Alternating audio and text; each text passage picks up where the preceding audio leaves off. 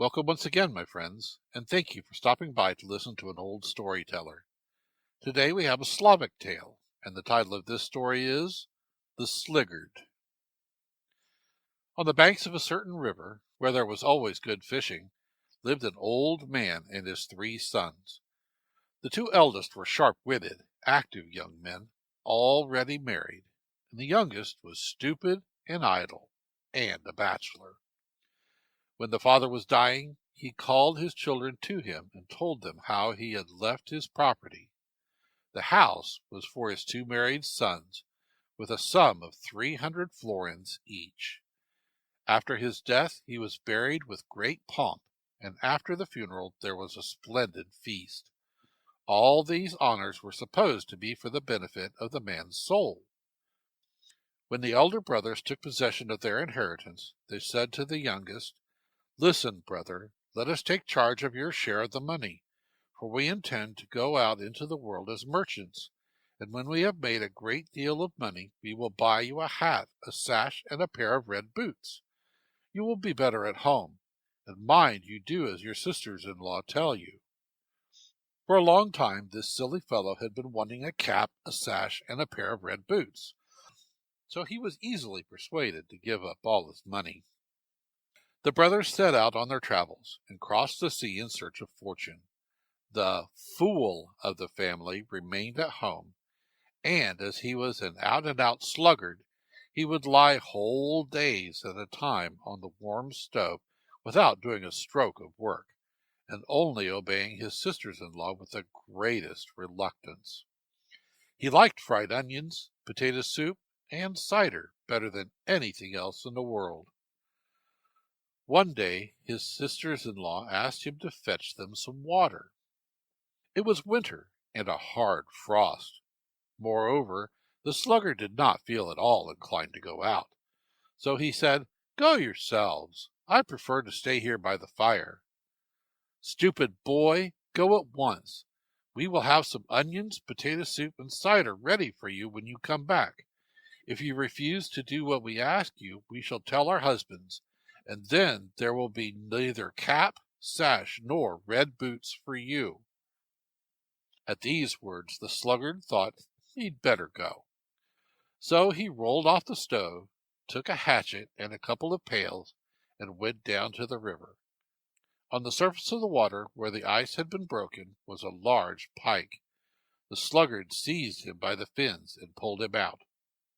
"If you let me go," said the pike, "I promise to give you everything you wish for."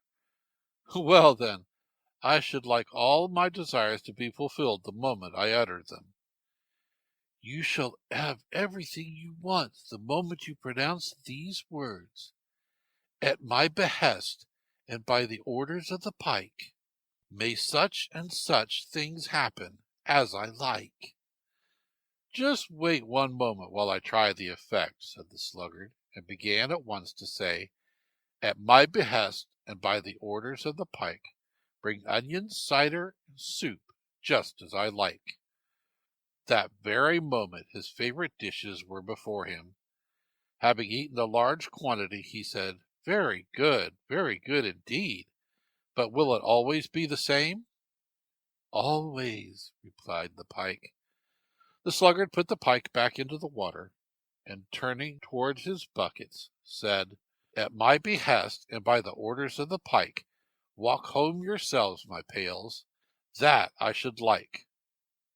The pails and the strong rod to which they were fastened immediately set off and walked solemnly along, the sluggard following them with his hands in his pockets.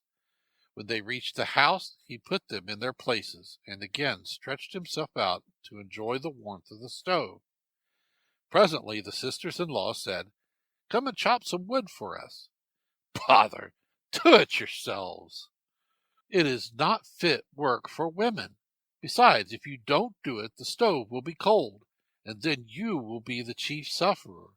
Moreover, pay attention to what we say, for if you do not obey us, there will be no red boots nor any other pretty things."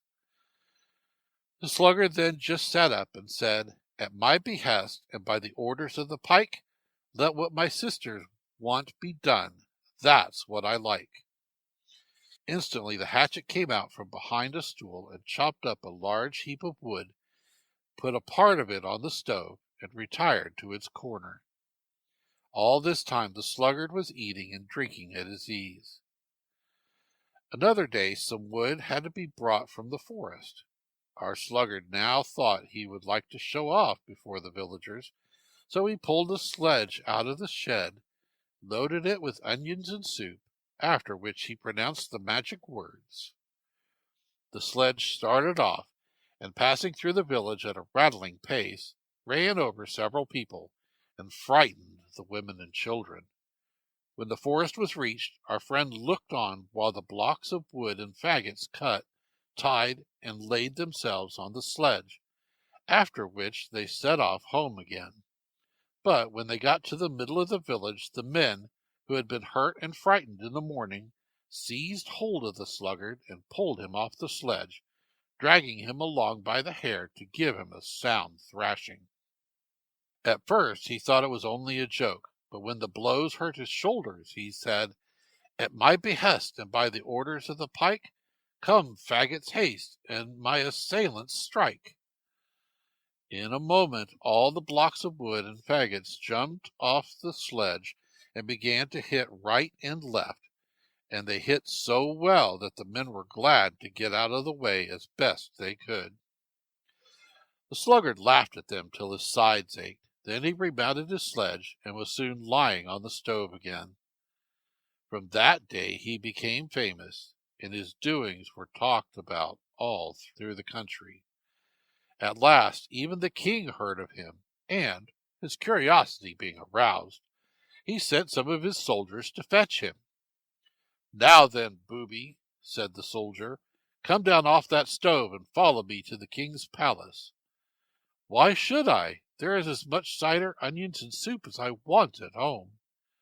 The man, indignant at his want of respect, struck him, upon which the sluggard said, "At my behest and by the orders of the pike, may this man get a taste of what a broom is like." A large broom, and not particularly clean, immediately hopped up, and first dipping itself in a pail of water, beat the soldier so mercilessly that he was obliged to escape through the windows, whence he returned to the king. His Majesty, amazed at the sluggard's refusal, sent another messenger. This man was cuter than his comrade, and first made inquiries as to the sluggard's tastes. Then he went up to him and said, "Good day, my friend. Will you come with me to see the king? He wishes to present you with a cap, a waistband, and a pair of red boots." "With the greatest of pleasure. You go on. I will soon overtake you." Then he ate as much as he could of his favorite dishes and went to sleep on the stove. He slept so long that at last his sisters-in-law woke him and told him he would be late if he did not go at once to see the king. The lazy fellow said nothing but these words: "At my behest and by the orders of the pike, this stove to carry me before the king I'd like." At the very same instant the stove moved from its place and carried him right up to the palace door. The king was filled with amazement, and running out, followed by the whole court, asked the sluggard what he would like to have. "I have merely come to fetch that hat, waistband, and red boots you promised me." Just then the charming Prince Gapiomila came to find out what was going on. Directly the sluggard saw her, he thought her so enchanting that he whispered to himself, "At my behest and by the orders of the pike, that this princess so fair may love me, I should like." Then he ordered his stove to take him back home, and when there he continued to eat onion and soup and to drink cider. Meanwhile the princess had fallen in love with him, and begged her father to send for him again. As the sluggard would not consent, the king had him bound when asleep, and thus brought to the palace. Then he summoned a celebrated magician, who at his orders shut the princess and sluggard up in a crystal cask, to which was fastened a balloon well filled with gas, and sent it up in the air among the clouds. The princess wept bitterly, but the fool sat still and said he felt very comfortable. At last she persuaded him to exert his powers, so he said, "At my behest and by the orders of the pike, this cask of crystal earth at once must strike upon the friendly island I should like." The crystal cask immediately descended and opened upon a hospitable island where travelers could have all they wanted by simply wishing for it. The princess and her companion walked about, eating when hungry and drinking when thirsty. The sluggard was very happy and contented, but the lady begged him to wish for a palace. Instantly the palace made its appearance. It was built of white marble with crystal windows, roof of yellow amber, and golden furniture. She was delighted with it. Next day she wanted a good road made, along which she could go to see her father. Immediately there stretched before them a fairy-like bridge made of crystal, having golden balustrades set with diamonds, and leading right up to the king's palace. The sluggard was just about to accompany the princess when he began to think of his own appearance, and felt ashamed that such an awkward, stupid fellow as he should walk by the side of such a lovely and graceful creature. So he said, "At my behest and by the orders of the pike, to be both handsome, wise, and clever I should like." Suddenly he became as handsome, wise, and clever as it was possible to be. Then he got into a gorgeous carriage with Gapiomila, and they drove across the bridge that led to the king's palace.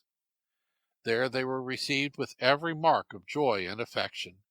The king gave them his blessing, and they were married the same evening. An immense number of guests were invited to the wedding feast. I too was there, and drank freely of wine and hydromel. And this is the story I have done my best to tell you as faithfully as possible. Thank you once again for listening to this story. If you enjoyed this story, please press that like button. Also, please help an old storyteller out by subscribing to my channel. The next story will be posted in a few days, so until then, may your story continue to be a good one.